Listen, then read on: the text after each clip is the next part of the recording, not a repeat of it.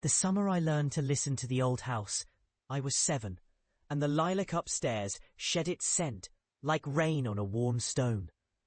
The house wore a quiet, masculine kind of welcome, as if it stood straight and tall to greet a guest it did not quite trust. The front steps sighed under the weight of every visitor, and you could hear it when the door swung inward, a slow, approving creak that sounded like a throat cleared in a library. My grandmother called it a breath, nothing more. I believed her then. I had no reason not to. We spent that summer within doors and a widening sun-drenched rectangle of porch, where a fan rattled in the heat, and the air held a sweetness that came from memories, not from any fruit on the table. The house smelled of chalk and dust, of old quilts and the distant rain that never came, and it felt as if the walls themselves remembered the children who pressed their palms to the plaster and wished for something harmless to happen to them today.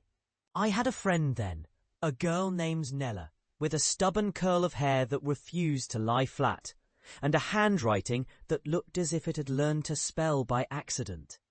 She lived across the lane in a grey-green house that looked crooked in the sun, and had a staircase that squeaked in a chorus when you walked it in the dark. We found the house together that year, in a way that sounded innocent when we told it aloud. It was a ritual of ours, a game with the house as conductor. We would walk along the edges of rooms, brush our fingers along the baseboards, and pretend the walls were listening to our secrets. At dusk, we would stand in the hall and whisper a name, something ordinary and chosen, a name we only used when we were sure no grown-up could overhear, and for a moment the house would pause, as if listening to a friend it had waited for all day. The name we whispered was not famous or fearsome. It was simply Mara, a girl's name that felt like a pocketful of sunlight and rain. The ritual did not promise anything grand.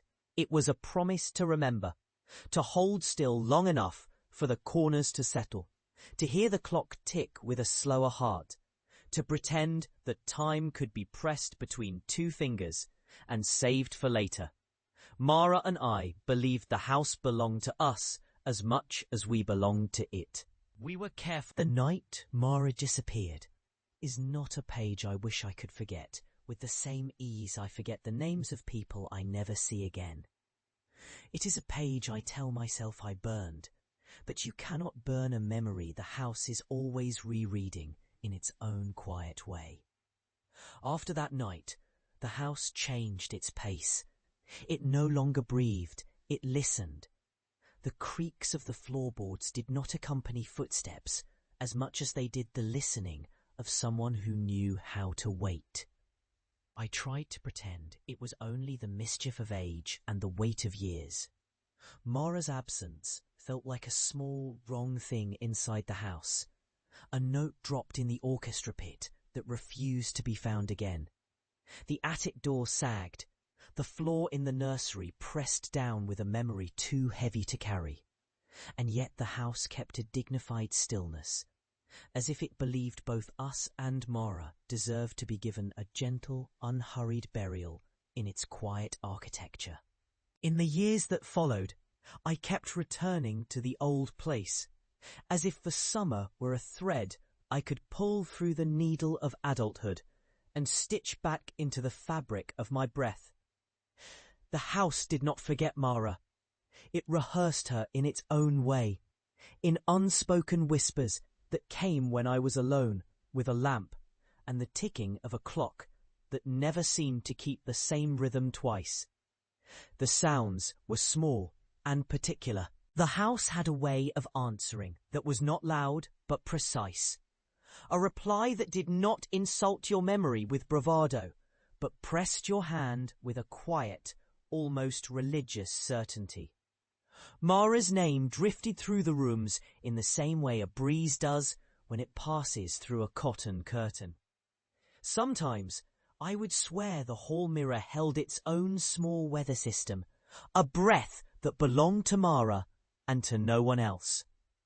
Lingering a moment longer, as I passed.